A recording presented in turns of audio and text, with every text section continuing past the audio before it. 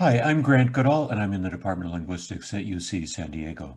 So my main research focus is in syntax, which is the study of how we combine words into phrases and sentences.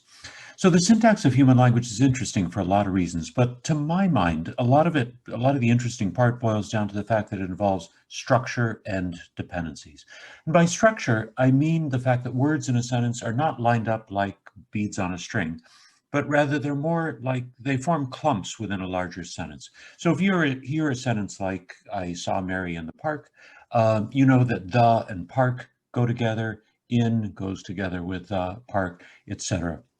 So we have rigorous tests that we can do to determine exactly what the structure is, but even at an intuitive level, you can get the sense that words in a sentence form these clumps within the larger sentence.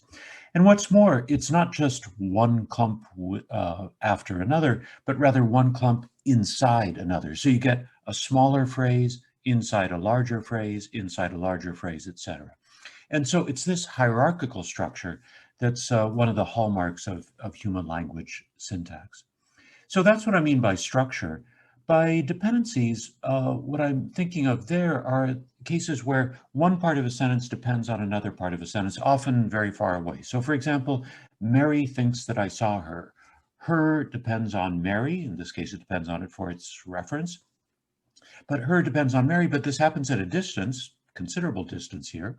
In a sentence like, who do you think that I saw? Who is understood as the object of saw. In that case, who and saw have a dependency. In a sentence like, Mary is thought to have been seen at the park. Mary is understood as the object of seen. Again, they're at a considerable distance. But it's these types of dependencies that I think are interesting, and they are a characteristic feature, like structure, they're a characteristic feature of human language syntax. Now, things really get interesting when you see that dependencies interact with structure. So what I mean is that whether you can manage a particular structure or not seems to depend on the type of structure. Whether you can manage a particular dependency or not depends on the type of structure that you have. So you can see this with two simple examples where you have almost the identical sentence in terms of the words, but sentences that have different structures. So if you take a sentence like, I sold the book to Mary, where what you sold is the book, you sold it to Mary. I sold the book to Mary. Compare that to, I sold the book about Mary, where what you sold is the book about Mary.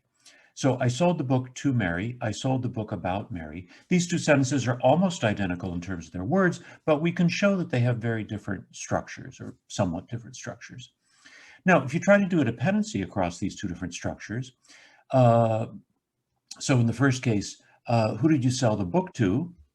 Sounds fine. Who has a dependency with the preposition to, who is understood as the object of to.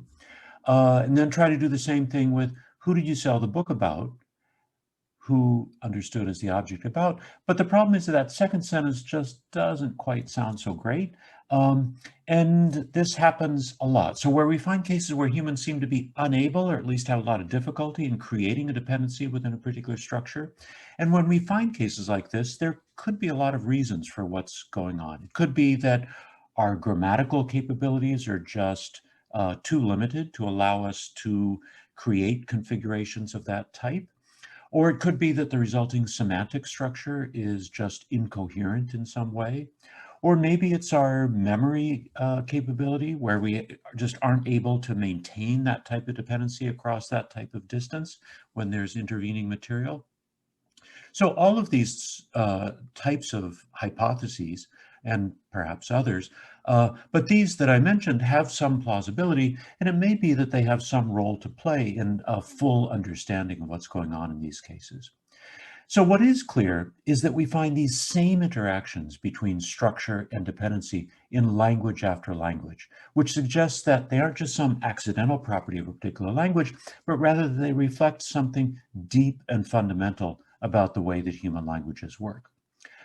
On the other hand, though, we do find some important and really intriguing differences across languages. So, as often happens in linguistics, the question then becomes, so why is it that languages are just so much alike when it comes to these properties, these interactions between structures and dependencies? How can they be so much alike? And on the other hand, how is it that they can differ in just the ways that they differ? So this gives us a lot to do as we try to puzzle out the answers to these questions, but I at least find it really, really exciting work.